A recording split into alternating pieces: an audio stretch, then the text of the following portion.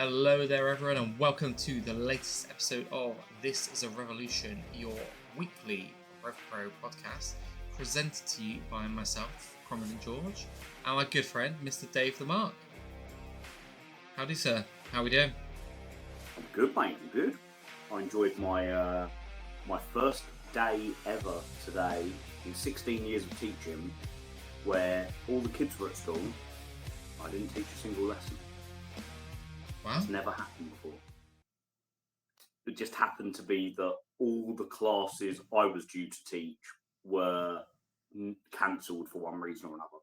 So year 10s are on work experience, year 11s have finished up for the year. It's not my day to teach year 9s. It's just looked at my timetable and was like, nice, I can get some shit done. So yeah, I'm good, mate. How are you? Yeah, not too bad, mate. Not too bad. Getting the last little bits of work done for this week before I have a week and a half off, which is nice, but fighting lots of fires today at work. Metaphorical fires, I should say. I'm not a fireman. I'm not going to be appearing in any kind of calendar, even if I was a fireman, but definitely not a fireman here. So I'd buy that calendar. Oh, thanks, Dave. At least I know I'd have one person buying it. Oh, I do love how, as we always do, we never talk about anything we're going to discuss on here till we actually get on. And I love that we're both representing. Mate, yeah. Manders today. Yeah, love it. And I've got like one Manders shirt. I reckon I've got probably about 150 wrestling shirts now. So, or 1 in 150 chance that I was wearing mine. So, what are the odds? Yeah. I mean, I don't know how many wrestling shirts I've got, but I've got 3 Manders shirts.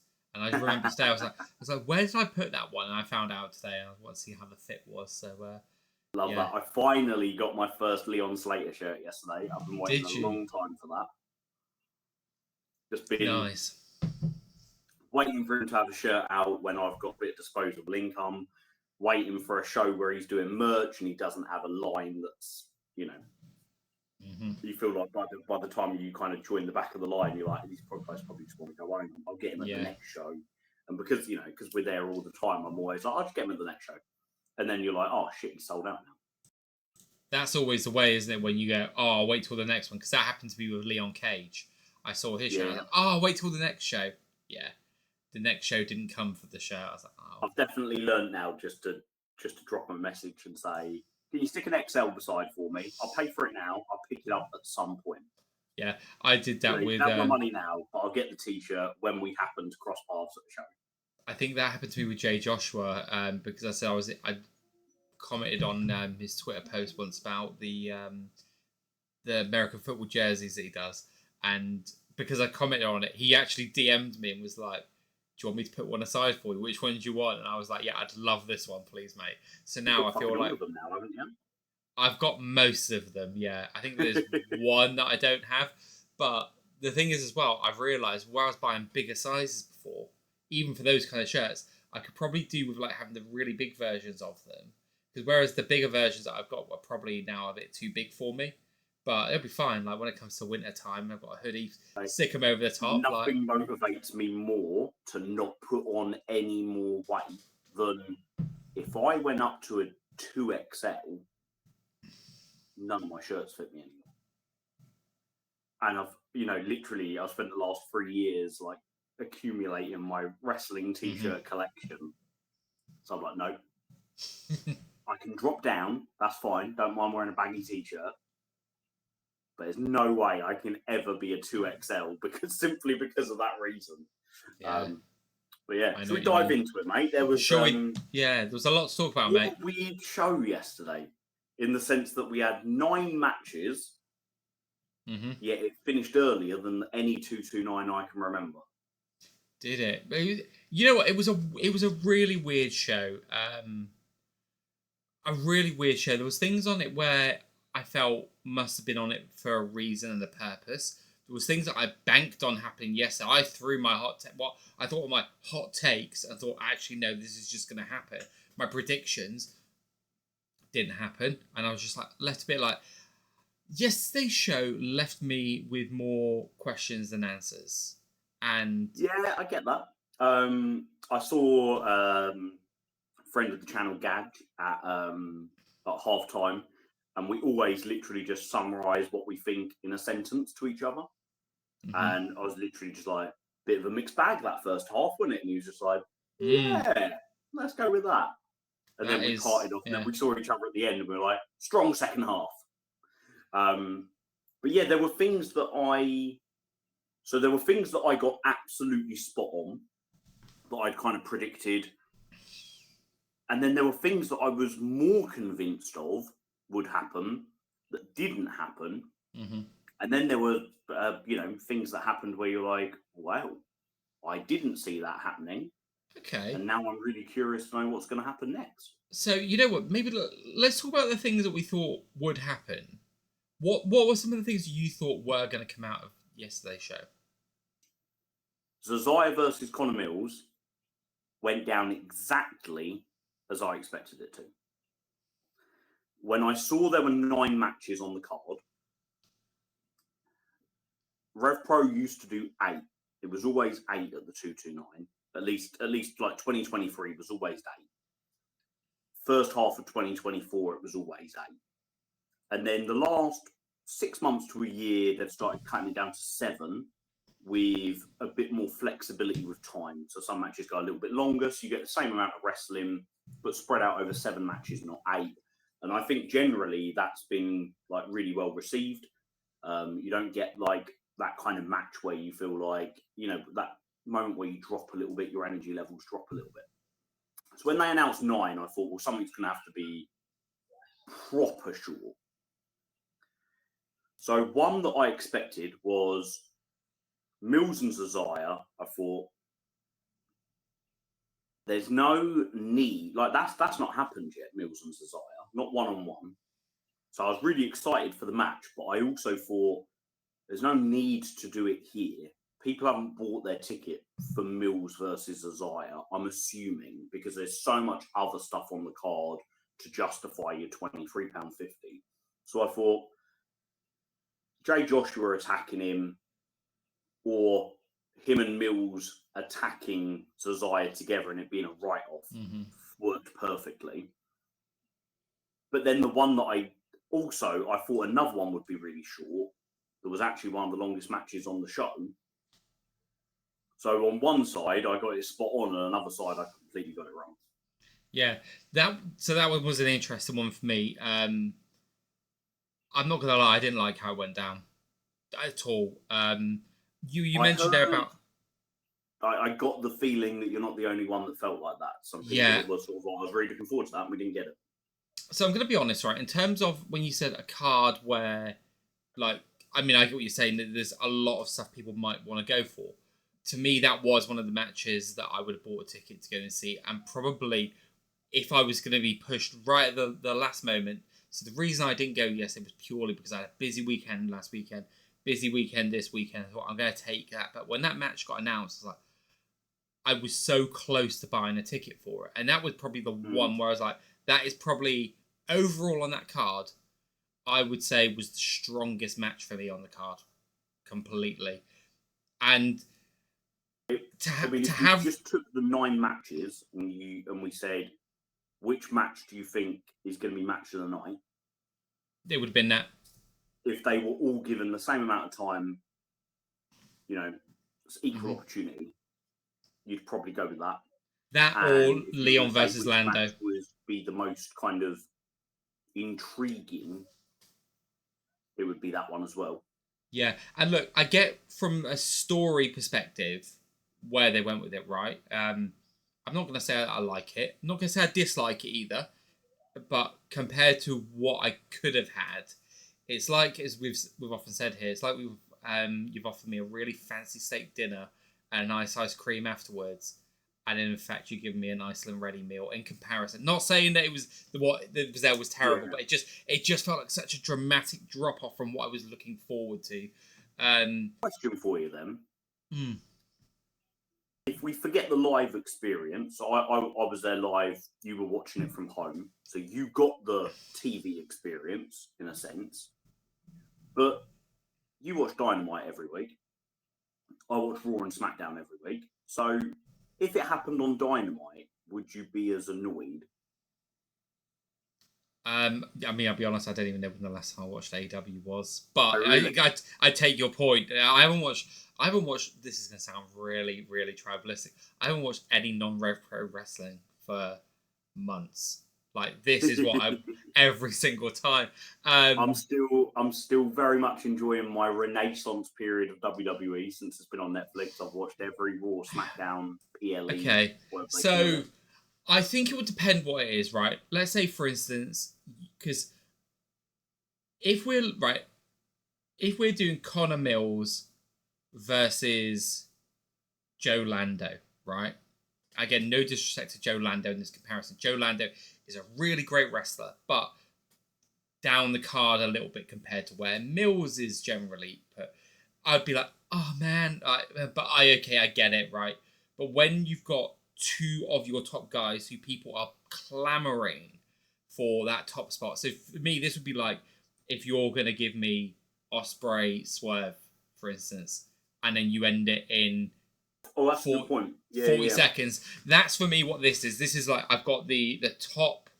You're giving me Jamie Hayter versus Mercedes Moné, or Tony Storm versus Mercedes Moné, that sort of level, and then they just go after 40 seconds. No, done. Do you know what I think it was for me, where I really didn't mind it at all? Go for it. I think it's because I know that we will get Mills versus Isaiah. Like they'll circle back to it. And we'll get a full-on match, and I'll get to see that match because I go to every Rev Pro show. Had it been, it's the only show, people are on different budgets and maybe they only get to go to a show like a couple of times a year, and this was the one they were really looking forward to, I could see how it could irk them. I do still think there was plenty of good stuff on the show for them to feel like they got their money's worth. Oh, but I can see how it would upset somebody, like, to an extent. Yeah, I'm not going to say that there's nothing else on the show worth your money, but I could see that there would be people that this, for a big portion of people, I could see this being the moment of the card. I tell you what I did like. Tell you what, also, sorry, mate, I just a comparison just popped into my head. First Progress show, the only Progress show I ever went to, first wrestling show I ever went to. I bought my ticket. This is actually quite comparable, actually. I didn't know Brit Rest very well. I was literally dipping my toe in it for the first time. But I knew the NXT UK guys because I watched that on telly. So I knew Eddie Dennis. I knew Mark Andrews. I knew Ilya Dragunov. I think that was it. And one of the matches was Mark Andrews versus Ilya Dragunov. So that was the match I was most excited for. That and the fact that Eddie Dennis was going to defend his title against this guy, Cara Noir, who I didn't know anything about, but he looked interesting. So I bought my ticket. Mark Andrews versus Ilya Dragunov goes on first, and it lasted about the same amount of time as Zaya and Mills did, because it was literally Torpedo Moscow 1, 2, 3 end. And if that had been it, I probably would have been like, oh, that's who I spent my money on to come and watch. Now the rest of the cards got really impressed to make me want to come back again. But that Ilya Dragunov then wrestled again later on in the main event, and the main event was quality. So, and I suppose that's what we got yesterday. You got Zazaya and Mills. You just got them in a tag match with Jay Joshua and Charles Samuels. So you got to see all the wrestlers you wanted to see, just in a different amalgamation of a different format, I suppose. I get you, yeah. But a counterpoint to that, for me, and look, I'm not saying this for everyone, I don't think that was a better use of the four guys than the way it was originally set up. And that is one thing that I was like, yeah. The match I got at Progress was a championship match where Cara Noir won the Progress Championship. Mm-hmm. And he's the reason I wanted to go back to my next Progress show. Because I was like, wow, I want to see what happens next with his title run. And then the world shut down and 2020 happened and it all went to shit. Yeah. And the next time I bought a wrestling ticket was Rev Pro. The rest is history. Was Shah and Zazaya versus Mills and Joshua more exciting than the two singles matches? No, not for me. No. And actually, I was bang up for Shah versus Jay in a singles match. I think that would have been better. Can I tell you That the was, one thing? in fact, that match and the Mills versus Zazaya match were the two matches I was most excited for, because they were first time ever singles matches on a, Kanji versus Sapphire Reed. I could watch them wrestle every week. But it was, I think, the fifth or sixth time I've seen them wrestle yesterday. Mm-hmm. So you've got those types of matches. Lando versus Leon, first time ever, amazing, was actually my match of the night. But it doesn't have the stakes that, Shaw's now got a big target on his back. So anytime he wrestles, it's going to have big stakes. I'm curious to see where his arc goes. And Mills and Zazaya could be a lot of different types of match. Is it going to be really on the mat and technical? Is it just going to be them slapping the shit out of each other and kicking each other? Is it going to be like a real hybrid? Because both men can wrestle so many styles. Mm-hmm. So, yeah, I do get it. I would have preferred the two singles matches. It does make storyline sense. Yeah, that's kind of like why would Jay Joshua not attack Zazaya the minute he sees him? But I can see that it's definitely a discussion point, and one that people will have probably quite strong views on. I think so. And look, here's the positives I'll take from it, right? Because look, while I'm also going to say that is what I wanted, that is what I feel it was presented to me and taken away from me, and I don't think it was better than the options. What we got was better than the options presented. What I will say in their favour, one, they did it in 48 seconds, right? So if you're going to do this kind of ending, get it done with quickly, right? I don't want, because if 100%. we went 10 minutes into this and that's how you ended it, I think I'd have been more. That would make no sense, would it? And the reason we're talking about that is because we've seen that being done in other companies so many times before, when they wrestle for 10 minutes and then the person coming interferes. Yeah. And it's like, well, if you hate them so much that you're going to ruin the match to attack them, you're not going to sit backstage drinking a cup of tea waiting for the 10-minute mark to come and do it. So, yeah. I agree with that. Like the psychology of Jay's actions made perfect sense. Yeah, so that all made sense. And just as a fan, not having to get so invested into the match for it to be a non-result. So I appreciate that. Like you said, from a storyline perspective, everything made sense. So there's that as well. So I'd give them that. I'll be blunt what I thought that main event was trying to achieve. To me, it really felt like it was you've got a really hot tag team in Mills and Joshua, right? Former Rev Pro Tag Team Champions.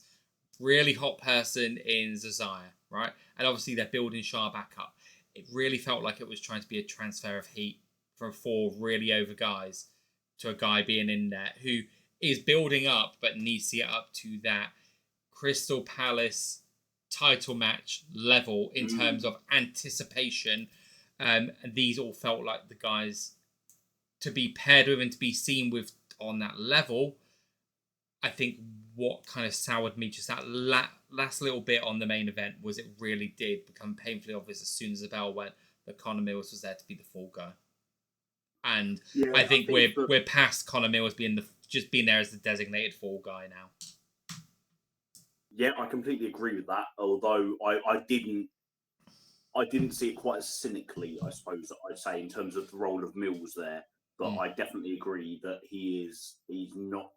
No one in that match should be taking the pinfall, in the sense that, like, there's no obvious weaker person. Like, for example, no disrespect to them in the slightest, but you'd imagine Leland Bryant's going to take a lot of pinfalls, as opposed to Nino or even Zander, because there's a bit of a pecking order there within their character arc. There's no pecking order between Mills and Joshua. It's just Joshua's got his storyline with Zazaya and Mills doesn't. But for me, if you really wanted to get Shah excited, like get people, any doubters excited for Shah being the main event, let him go out there and have a quality main event.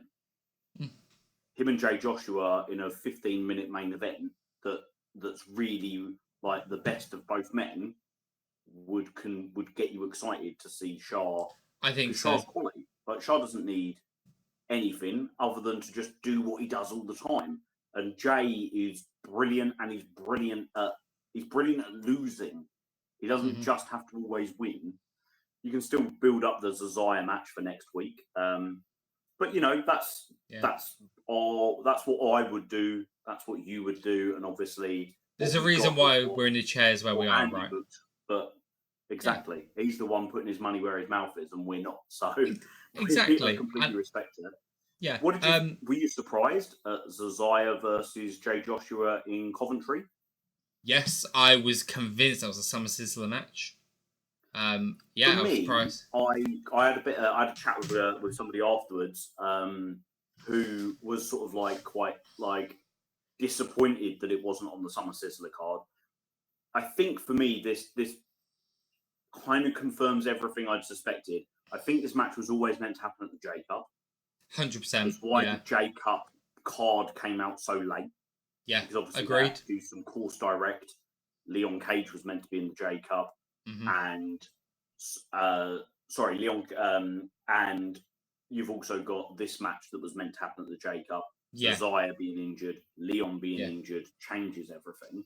And I'd also imagine that the card for Summer Sizzler was already, you know, all the story points and all the beats were pieces in the right place. Mind as to how we're going to get to Summer Sizzler. So you can't then just say, well, we'll just throw this match on there as well. Because first of all, a last one standing match, it's got to go 20 minutes, surely. But for it to be you're knocked out, you can't get up to a count of 10. You're not going to blast that out in 10 minutes. So you've got to find 20 minutes on one of your biggest shows of the year. Or you just decide, you know what, we're going to put it on one of the regional shows. It can be the main event. It can get all the time that it needs. And it's something really enjoyable for all those fans that have, you know, been loyal to going to those shows to build up that town. Yeah. And if you look at it just from a Coventry fan perspective, last time they saw Zazaya versus Jay Joshua, they were brawling all over the HMV Empire. Now we've got a last one standing match. Yeah, it's almost like nothing's happened in between for that storyline. So it fits perfectly for like the casual kind of Coventry fan, which ultimately, if you're going to make Coventry as kind of loyal venue as Sheffield and Southampton and the 229, where you get the same people every single time they go, that's how it's going to happen, isn't it? So yeah. I think it makes a lot of sense. I'm certainly not complaining. I get to see it, obviously, but so does my little girl. She's coming to Coventry with me again next week. So I think it's one of those ones where if anyone's passionately thinking it should have been a Summer Sizzler match, maybe just thinking about the wider context of maybe why it's not, might just kind of justify that. Yeah, agreed. It's one of those ones I just expected a match of that magnitude to be announced for that. So it just kind of took me by surprise going, oh, this is happening a week earlier or a show earlier. But like you said, there's plans in place to get us to the anniversary shows, which really, what are we, 6 weeks away from those now? Is that around that sort of amount of time, maybe slightly longer? It quite nicely brings us onto the tag league, because looking at the dates, in order to get through every tag league match, either there needs to be 2 tag league matches per show now until the anniversary, or 2 matches on most shows, with the odd 1 match show if they're going to do a couple in Germany. Yeah, I was thinking that. Personally, I don't anticipate there to be any tag leagues in Germany. I think the GWF Rev Pro shows will be kind of, they'll be canon, they'll be important, but they'll also exist on their own. If you don't see it, you're still going to know everything that's going on in Rev Pro. In the same way that if you missed the Barcelona show, you've missed out on a really enjoyable watch, but nothing significant in terms of championships and tournaments happened there. Of course, the complete contradiction to that is that the next Barcelona show is its own tournament in the Trios Grand Prix, but that's just my gut feeling. Yeah, I would agree with that. I'm anticipating Summer Sizzler, we get 2 of the big matches. Yeah, so when we were looking at the card for yesterday, and we just got that logo for the Tag League, and I was like, they're going to fucking do it, aren't they? Because Young Guns went on the card. I was like, are they just going to pull out Young Guns versus GYV? And right, it's either going to be that, or it's going to be what we got. I don't ever feel like it was going to be something in between. So it was either going to be the biggest match they could play, or the lowest down match they could play. Yeah. And in that A block, Young Guns versus Flying Bryant Brothers is the lowest level match, because we've seen it before, and it's all talent we see regularly. Yes. You're not going to get that. You know, Manders has got his little his following. GYV are international, and WWE and AEW, they've got all of this kind of attachment to it. So the minute they're on a show, you know you're going to get some people that are like, I'm going to go see them because I've never seen them before and they've been on the telly. Young Guns and Bryant Brothers don't have that. And you could go to any Rev Pro show and you're likely going to see those guys. So it felt like it was either going to be the biggest or the lowest. When it was announced for the middle of the show, immediately it was like, well, it's not going to be GYV there. And I think like about... If it was a surprise GYV appearance. I think about 15 minutes before, I kind of thought, you know what, it doesn't make sense. Actually, that feels like a Summer Sizzler match. Which, and also, like, just from a business point of view, I know surprises are cool and surprises get people to be like, well, anything could happen on any card. But if you've got a big name wrestling, surely you advertise them and you put them on the poster and you get people to buy their tickets. You do. There were a lot of people who often go to the 229 who weren't there yesterday. Yeah. So it didn't draw the big crowd that I thought it might, because I thought the card was stacked. It did draw a good crowd, like no knock there. Like there were lots of people in the 229, but it was quite quiet for the 229. You could tell when Robbie X was trying to get the dogs chanting. I'm not going to do it because I'll kill it. You know, like the Brody King kind of woofing.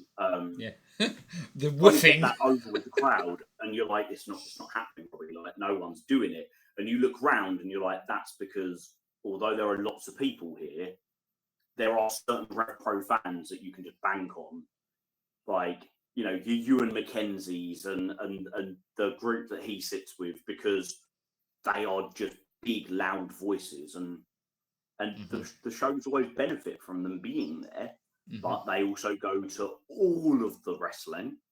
So if there's 2 or 3 different BritWres shows on, they're going to pick the one that they enjoy the most, or that they look like the look of, or maybe they look at a Rev Pro show and, you know what, I haven't been to this company for a while, so I'm going to go to that company because that Rev Pro card doesn't look essential to them, or, you know, however they're thinking.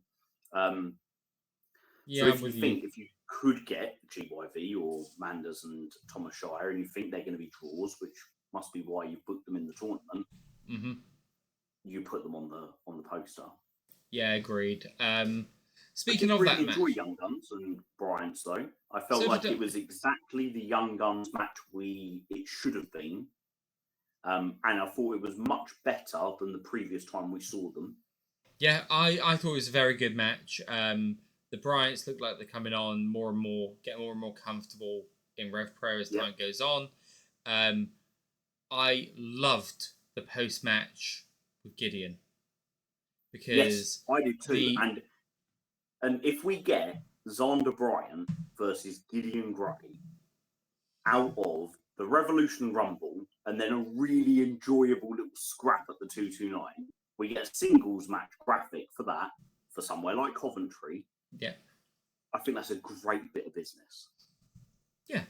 Yeah, it does. It does. What I love about it as well is it gives personality, and I mean this in the most respectful way, but it gives personality and individuality to Xander and Yes, Leland by extension, outside of being Nino's little brothers, right? absolutely. I completely Um, agree. And I think that it is one of the hardest gigs in wrestling is to be a babyface who doesn't have a particularly strong storyline at the yeah, moment.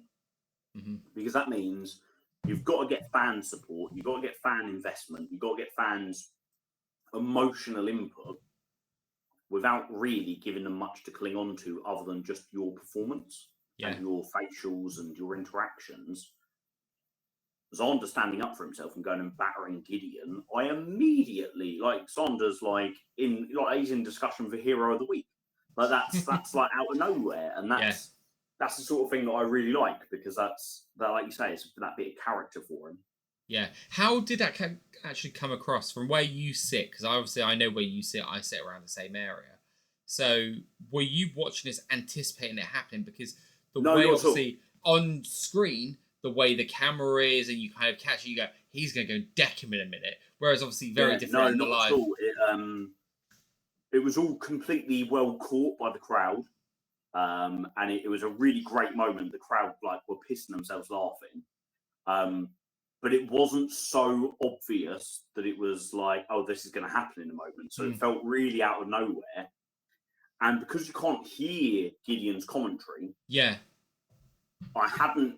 It was then like, oh yeah, like Gideon had been like a real dick to him in the Rumble, and he'd cut that promo afterwards, and you start piecing it all together. Yeah, I thought it was a really good success. yeah, nice. And it starts Young Guns strong in the tag league as well, which is what you Yeah, want, it right? does. Yeah, You want your tag team, like your big tag team, to be getting a strong start. They're the champions. Interested to see where that leads to for the anniversary show for them, because I think they've yeah, because got to it's have a big match. I think it's really interesting that in my head, how I can kind of foresee the tag league going involves Young Guns not winning the tag league, but also not winning their block. Also, GYV not winning their block, and looking at the other block, which doesn't look quite as stacked, deciding on which team you want there to be the ones to beat Young Guns or have I'm a big just moment where they don't win. Because I'm thinking about the 2-day anniversary. If yeah, GYV beat Young Guns, but neither team win their block, you could then have Young Guns defend the titles against GYV on the first night of the anniversary, whilst on some elsewhere on the card you get the tag league final. For example, that could be Manders and Shire versus Sons of Southampton, or hmm CPF, or True and Lacey. And who's our fourth team? Sun Southampton, Who are uh, we missing? CPF, True Lacey, Mills, and Joshua. Mills and Joshua. Yeah. So, Oh, so you know what? This is where I'm gonna. I'd Right. forgotten all about Mills and Joshua. How have I done that? So yeah, So, for me, if it were me, I'd have Manders and Shire win Block A hmm because GYV beat Young Guns.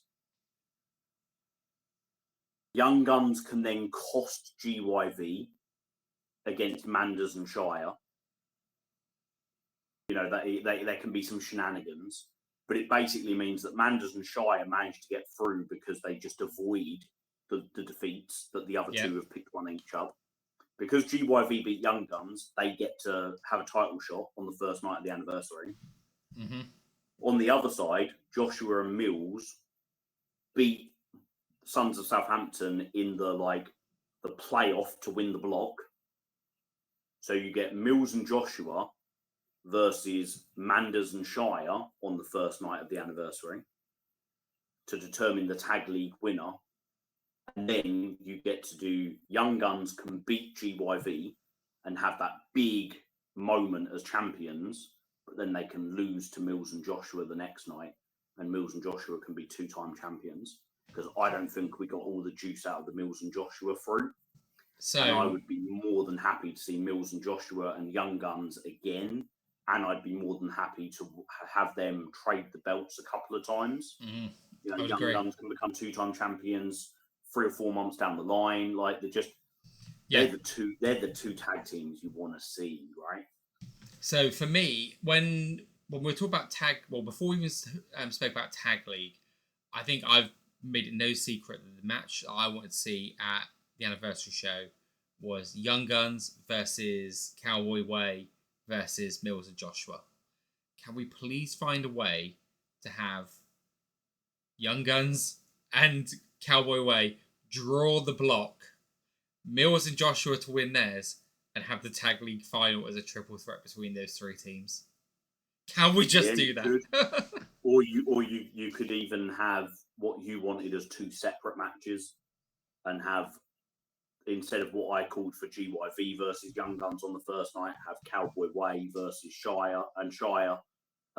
Cowboy Way versus Young Guns on the first night, and have GYV versus Mills and Joshua on the first night, and then have Mills and Joshua the second night. But if you want your triple threat match, there's definitely ways.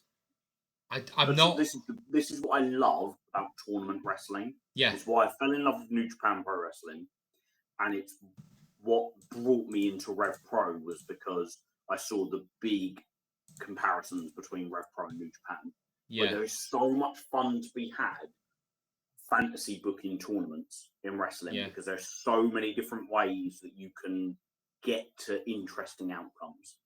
Yeah, I'm not the biggest fan of triple threats that often, but that's one that just feels to me like it could be. But also, incredible. like, Rev Pro don't do triple threat tag matches very often. No. Off the top of my head, I can't think of one. The last one that I think I can remember was the one in Southampton, which was for the last... Danny Luna and Flash Morgan Webster versus Greedy Souls versus Sunshine Machine. That's the one. And that was so much fun, right? That was my first Southampton trip. Yeah, that was when we met. That was, mate. We literally met for the first time on that was the show. Yeah. The start of our romance.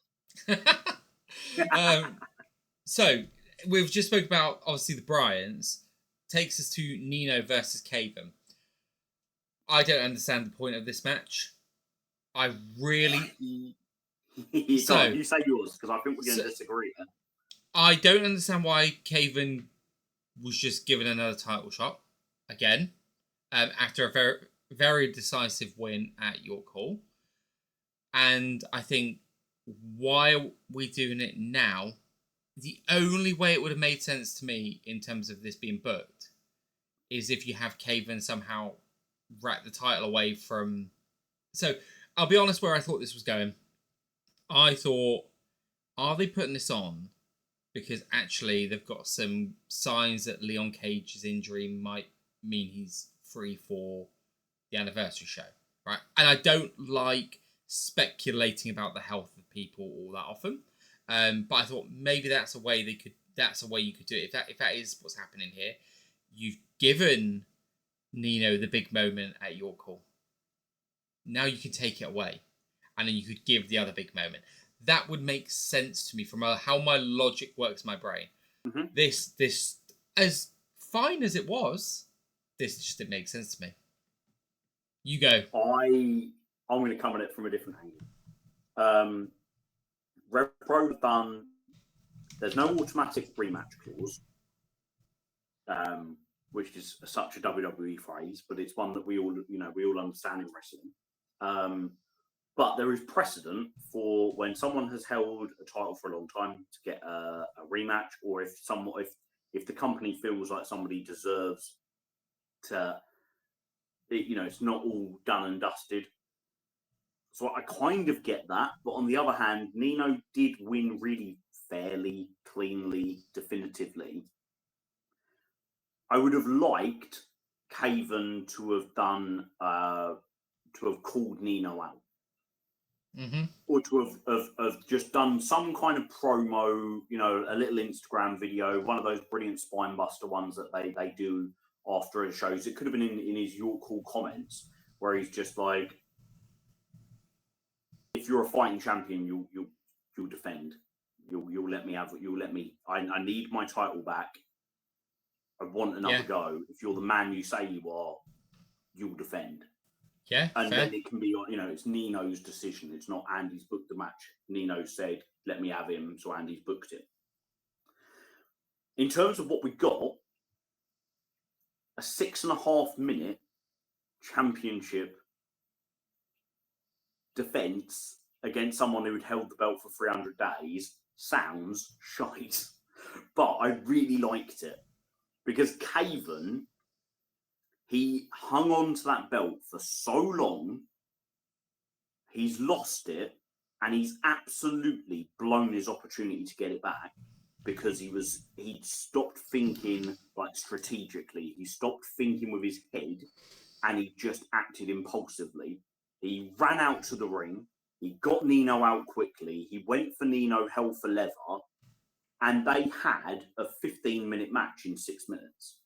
And I really enjoyed the match. I thought it was an excellent use of time. I don't think Caven looked weak for losing in 6 minutes. When you look at the amount of offense he took in those 6 minutes, but it also plays really into like the character of Caven, that he acted naively because he acted emotionally when he's normally so kind of like on it in his head. I really like the idea now of Caven going on this like downward spiral where he's kind of like just lost without his championship, and he's acting like, and what I would really like is for Caven to eventually need someone to guide him, and I cannot think of anyone better than Gideon Gray to guide Will Caven back to the championship, and then we get another Will Caven championship run. So I won't lie, that's where I thought they were maybe going with RKJ yesterday. So obviously there was kind of the moment where RKJ came out and took out Nino. A lot of people that I didn't get it because everyone around me was like, "Oh, is he going to drop weight and go for the cruiserweight title? Is he?" And I'm sitting there thinking, I thought it was very obvious. He's trying to wind Oku up, right? 100%. That's what it was. Yeah. Oku at the end of the last show. Now he's going to come and attack Nino to draw Oku out because it's all about Oku and 100%. It wasn't like just one or two people around me that were confused. It was a lot of people that were confused. So I wondered if maybe it's just, not everybody watches everything. They watch bits and pieces, or maybe they could hear commentary that was suggesting something different or anything like that. Did you get that vibe from home? No, not at all. Like, and you could be right that there could be people who don't watch everything, so they don't know. But I think if you're watching Rev Pro even semi-regularly and watching the big shows, it should be very obvious what was happening there. He was out to draw out Oku. Yeah, I mean, the bit that I thought was most intriguing was the way Caven fed Nino into RKJ, and it almost like so first like kind of nod as well of being like that was it. I couldn't tell if it was a nod of being like, I don't think it was a nod of I did what we agreed I was going to do. I felt like it was a nod of we good. Nod of appreciation. Yeah. Yeah, we're on the same page here. Yeah, and I wonder if that was just a moment that will live by itself, or it's a moment that will play out for future.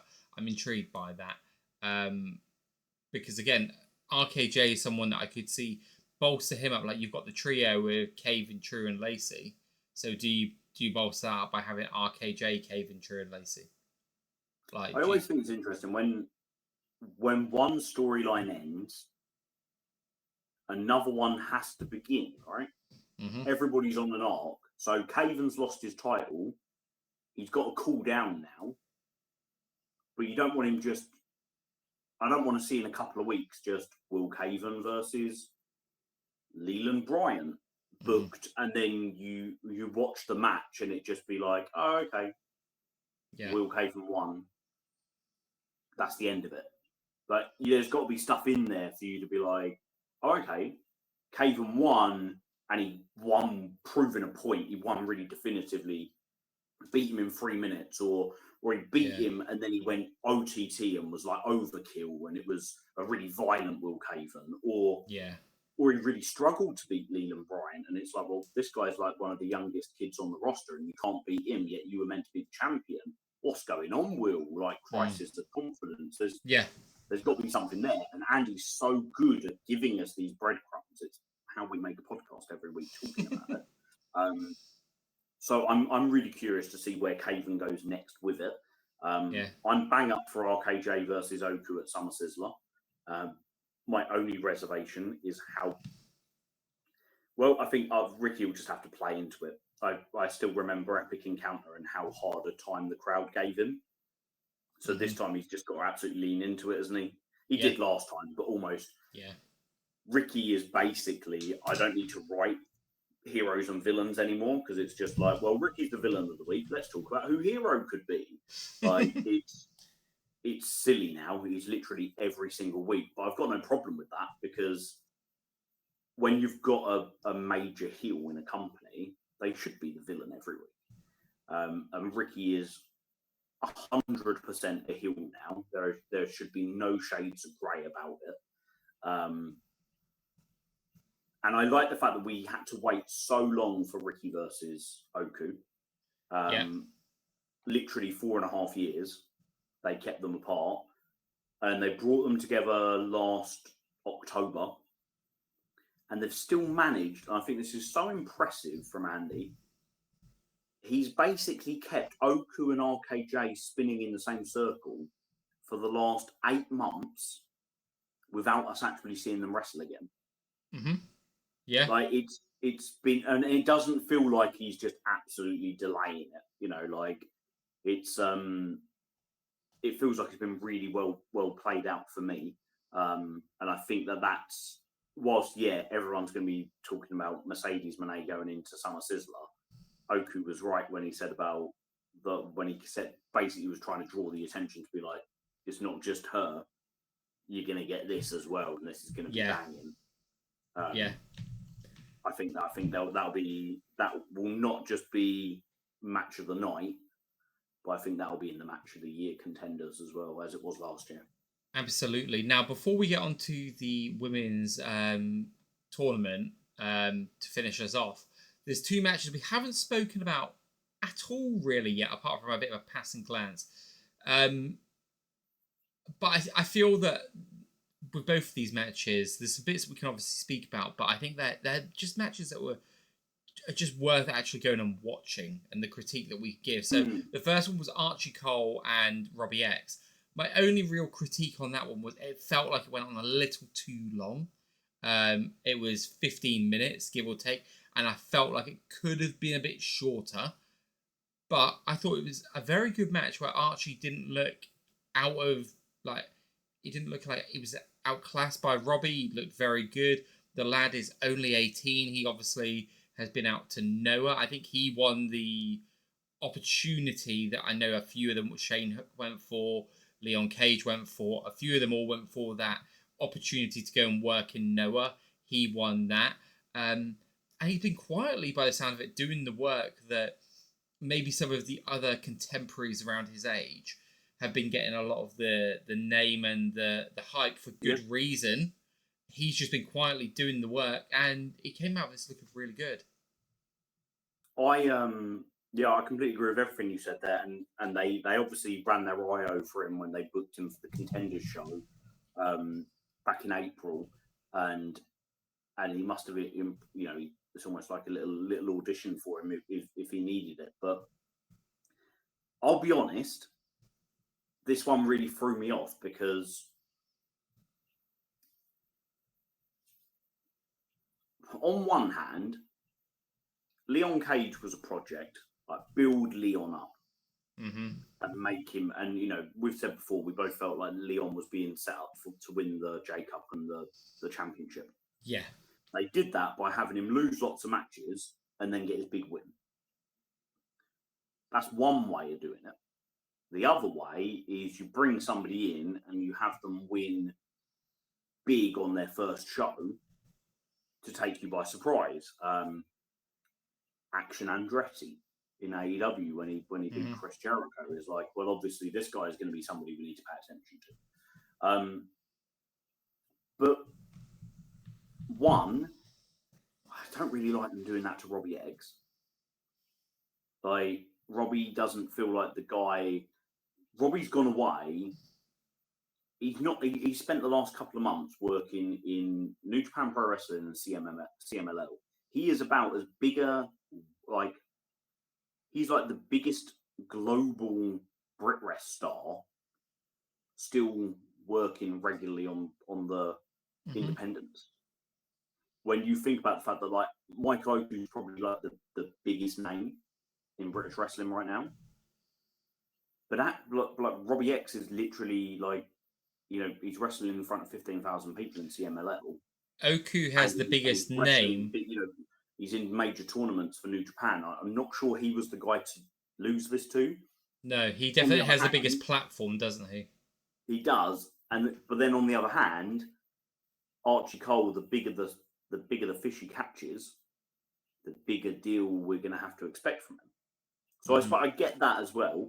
I think it's probably, what it probably comes down to is I had an idea of what this match was going to be, and it was not that at all, and it probably just threw me off a bit. Yeah, I think what I liked it is, if you're going to do a shock like this, do it in the opening match, because it sets the tone for the show, right? Like, that was something not many of us probably expected. I thought and you could really tell, but everyone around was like proper, like the shock worked. I think for me, it's what comes next. Yeah. Because now I'm like, okay, Archie Cole won, so I'm assuming we're going to see him next week. Yeah. Or if not next week, the week after. I'm assuming now he's going to immediately be going after big fish, or he's going to be beating smaller fish regularly. Like, this can't be something big that happens that doesn't get built upon. And I don't completely trust the process because they've never given me reason not to. I think I'm really curious now, but I'll certainly say if the next match graphic we see is, let's say it's Cameron Kai versus Archie Cole. I was just thinking that. I'm fully expecting Archie Cole to win now. Yeah, same. I think but as then well. That also puts quite a lot of pressure on his shoulders because I'm going to expect him to have the in-ring to back that up. Yeah, I think the way we've got to look at. He looked good yesterday. And he did. He looked good. Yeah, he did. He looked very good. I don't want to sound negative, but there's a lot of people that come in and look good, and they don't get the big win. They don't get the big push. So I'm curious to see him kind of step on with that. But I'd also say the first time I saw Nino Bryan, I came away being like, yeah, he looked good. I liked him. We could watch him again. And now, when we see Nino Bryan confirmed for a match, I get really excited for it. The first time we saw Jay Joshua against RKJ, I thought, he looked good. I liked him. Let's have him back again. And then the next time we saw him, I think it was against JJ Gao, you're like, oh, wow, he's really good. Let's have him again and again and again. So I think I'm just kind of looking now to see Stephen Wolf, another really good example. So I'm kind of looking to see, you've tasted it now. Let's step up.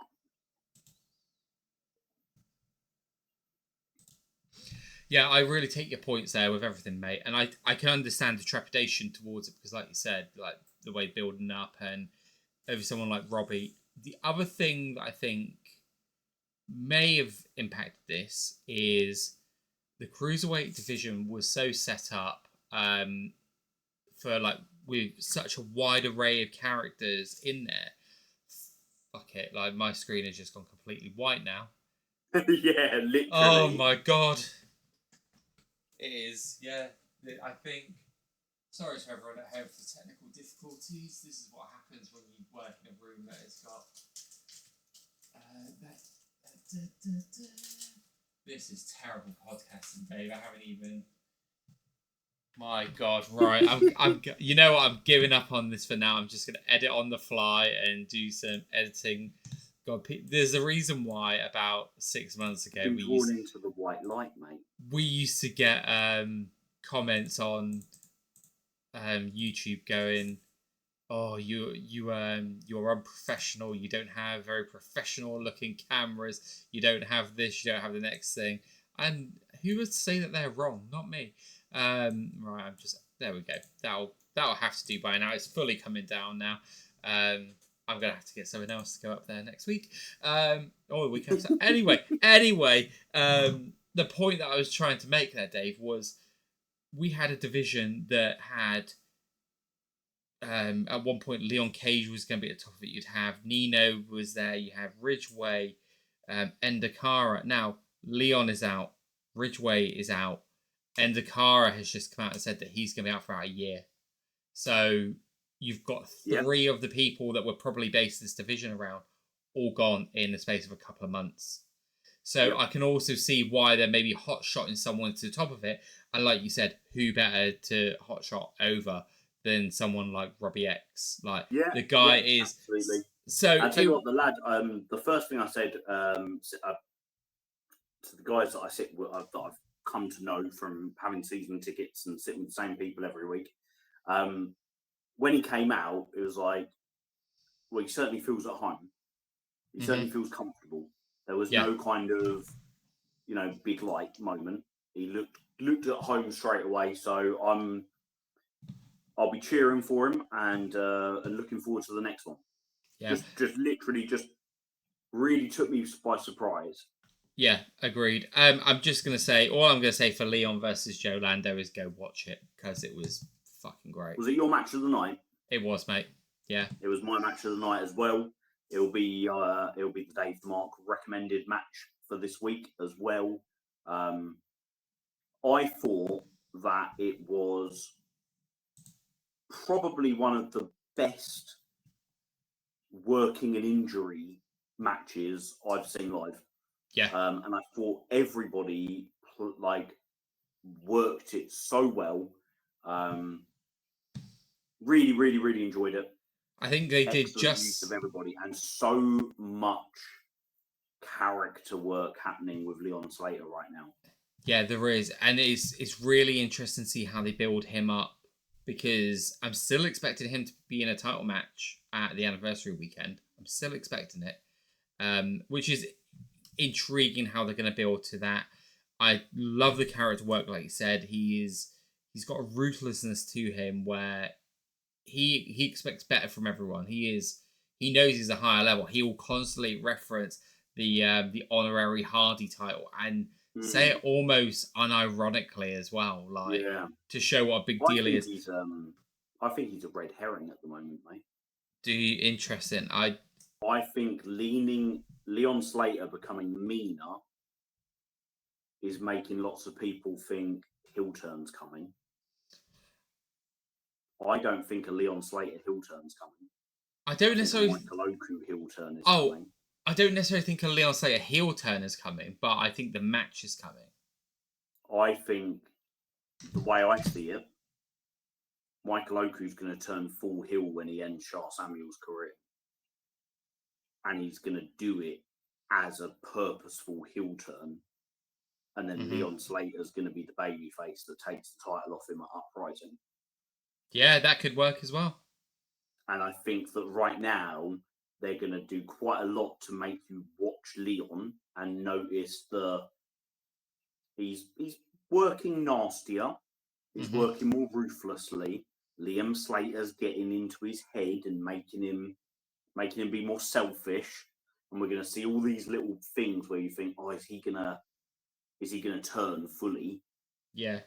And actually, it's going to hide the fact that Michael Oku has been heelishly hiding in plain sight for a very long time now. Yeah.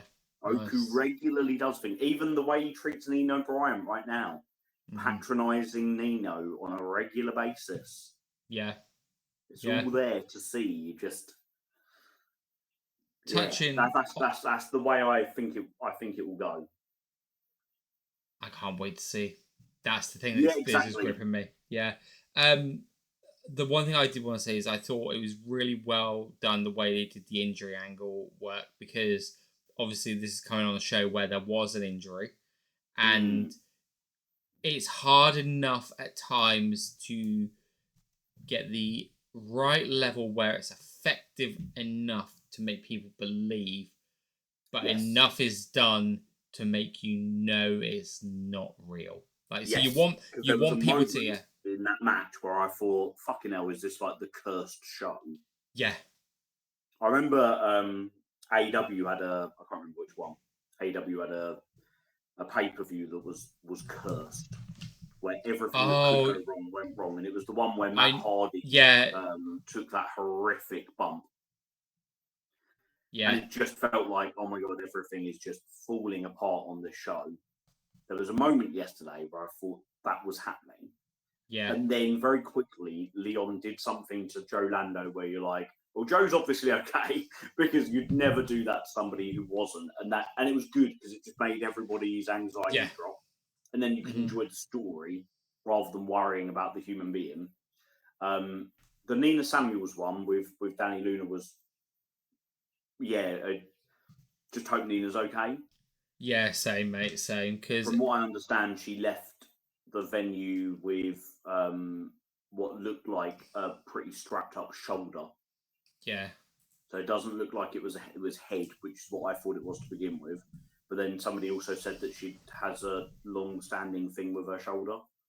Does she? I'm hoping that's not. Hopefully, we will see. I think it'll be really clear because she won the match. So yeah, if she's okay, she's wrestling in Coventry on Sunday in a triple threat for the number one contendership. Yeah. And if she's not, they're going to have to write her out of it. Yeah. It would make sense that it was her shoulder, because I don't know how clear it was to you where you were sitting, but when Danny got the 2 count and they did the kick out, where the camera was positioned, it was very much Danny lifted her up. Yes. Almost like a wrestler who goes in for the kill, like a very heelish move. Yeah. And I was like, I thought that was because at the time I thought that's because maybe Nina was like out of it. Like she'd been knocked for a loop for like a concussion. But I don't know. I don't understand the body well enough to know if a shoulder is better than a concussion, or if a concussion is better than a shoulder. Yeah. Just hope she's okay. It's lovely to have Nina back in Rev Pro. I always enjoy seeing her. Yeah. So get well soon, and we will have the match we were meant to have. I'm sure we will be able to play it back somehow in the future. Yeah, and I think, look, and I mean this respectfully, of course, if Nina isn't able to compete, we can do this as a singles match, I'm sure, because I think that you've got enough of the characters and pieces in there that can get us where we need to be, I think. Yeah.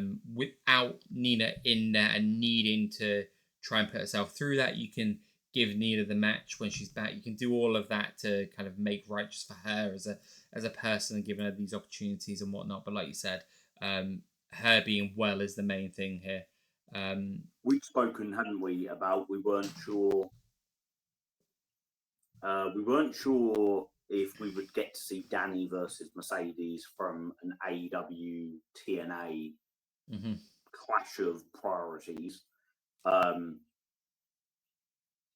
So it didn't surprise me from that perspective that Danny wasn't going over in this match. Were you surprised to see Emerson Jane defeat Lizzie, and were you surprised to see Sapphire beat Kanji? So, this is the curse of Twitter sometimes. When these matches got announced, good friend Jamie posted, yes, well, it can't be Danny or Sapphire or Kanji winning, because I was like, for fuck's sake. Like, I had the exact same experience when somebody at half time said, Well, we already know who can and can't win in the women's matches because we know who's booked for attack, and it's like you wouldn't go well, to. actually, I don't know, Yeah. but now you've said enough that makes me I can't not ask.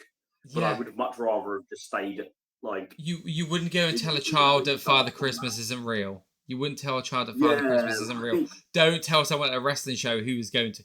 At least on Twitter, like that's one thing because like Twitter's the Wild West. Like, what it is what it is. But when you're actually at a show, don't tell people. And it's my fault. It's my fault because they didn't tell me. I asked. Nah. And that's just my lack of impulse control. I don't care who it is, mate. I'm just going to say dick move to even put that in someone's head because I'm like you. I'd be like, I want to know now. I want to know. Yeah. Like, but so, was I surprised to see Emerson Jane win? Yes and no. Right? And at first, yes. Because I thought, are we going to get the Cutthroat Collective triple threat? Because you can do that because Saf can almost play babyface at the moment because there seems to be that softening of her. So I thought, okay. But then also... I'm expecting her to play babyface next week. Yeah, with Emerson... Situationally. Yeah, with Emerson, she made the point that she was going after Mercedes Mone. So could you just give the shot to her? I don't think that's where it is going but it's believable as to why it makes sense for her to win because she is going for that shot against Mercedes. I think what didn't make a tremendous amount of sense was why Sapphire came out in the first place because Lizzie was holding her own against Emerson. Yeah, she didn't look like she needed help. No, I thought it was just to play up the power in numbers thing. I didn't really read into it all that much. I didn't think it was that big a thing. But I can certainly see your point there. Like, did she need to be there? And that's obviously how you play into the. My thought of how this is going to go down is. So, what was really interesting? Sapphire offered Kanji a handshake. Mm-hmm. Kanji turned her down, which I also found really interesting. But an angle that they showed on TV, right? So they showed an angle of where Lizzie was. Then they did an angle where if Lizzie had run behind Saf and twatted her, it would have been kind of as you're traditionally built to suspect, right? So I don't know if that was Rev Pro's way of teasing. Be on the lookout at some point because this is going to happen, right? Just from a camera shot. Again, this could be me looking into it too much. They keep going in for the hug, don't they? Sapphire and Lizzie. Yeah. They have their moment of tension and then they hug. Yeah. So at some point, they're going to have a moment of tension. And instead of it being a hug, Lizzie's going to nut.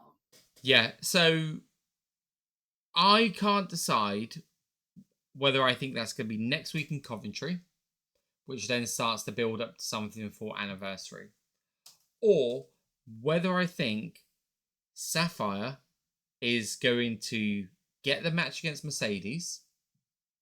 She's going to have the opportunity to win via cheating. Doesn't. And that's the last straw for Lizzie. Yeah. And that's how we then get hyperactive. I don't know how much you saw, how much of it was shown. It looked very strategic, so I'd imagine they did highlight it on the cameras. But as Sapphire was offering the handshake to Kanji, Lizzie was walking away as if to be like, not getting involved. Yeah. And it could be interpreted two ways. It's like, I'm not getting involved, as in Kanji, you can shake her hand because I'm all the way over here. This isn't a trick. Like, fair play, shake her hand. Softening of Lizzie Evo. Or it's Lizzie kind of backing away from Sapphire as if to be like, I'm not getting involved. I've said my piece on how this is going for you. Yeah. When you get what's coming to you, you're going to know why. Yeah. And I quite like both. I think Lizzie is such a captivating character. Same.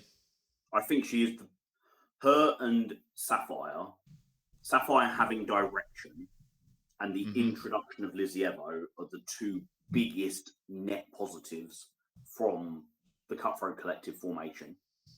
Alex was already Alex Winter, so she didn't need it. Nina is Nina Samuels, like she's a big deal, like, and has been for a long time. She's, she was like the poster woman for NXT UK with Ginny.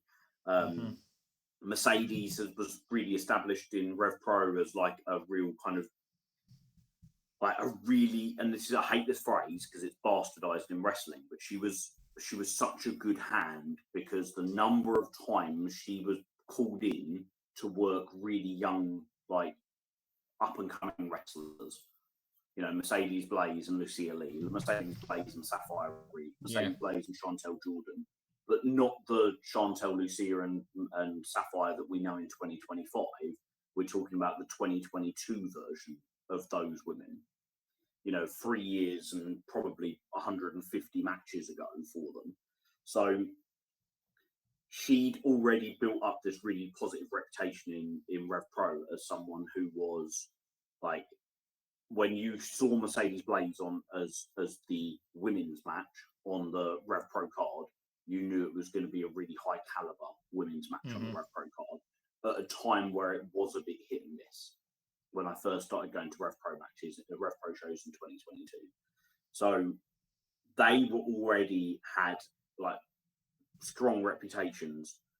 Lizzie to me was someone I wasn't very familiar with and just absolutely adore her.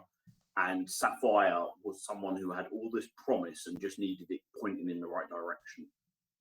And I think they're the two biggest things to come out of the CTC. I would absolutely agree with you on that. That's why I'm interested. I'm interested to see what this means for the CTC. I'm getting the feeling it's done. Like we've not seen Mercedes Blaze round in a long time now.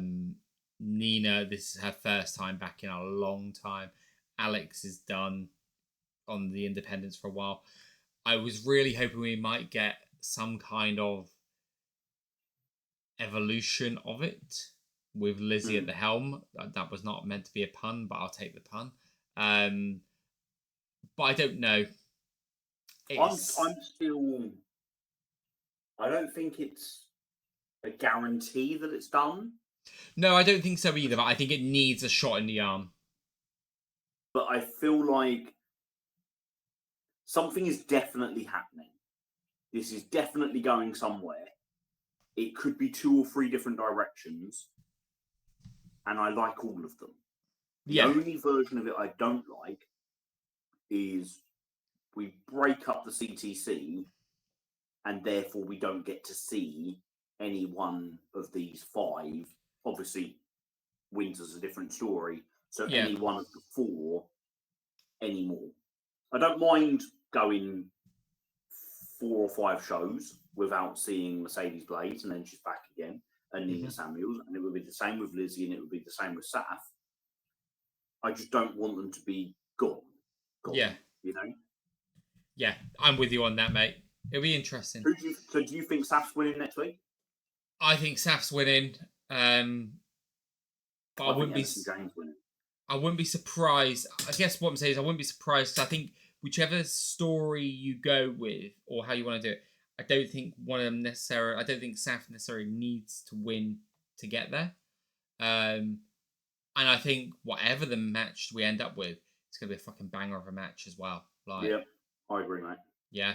Looking forward to discussing it with you when you return from Venice. Absolutely, my friend. So, good point to say that we will not have a show out next week, but we will have one at some point after the 21st where we'll do a little bit of a Coventry roundup and a Summer Sizzler preview. We will have our next Rev Pro podcast when I'm enjoying the first of my 6-week summer holidays. Fuck off, Dave.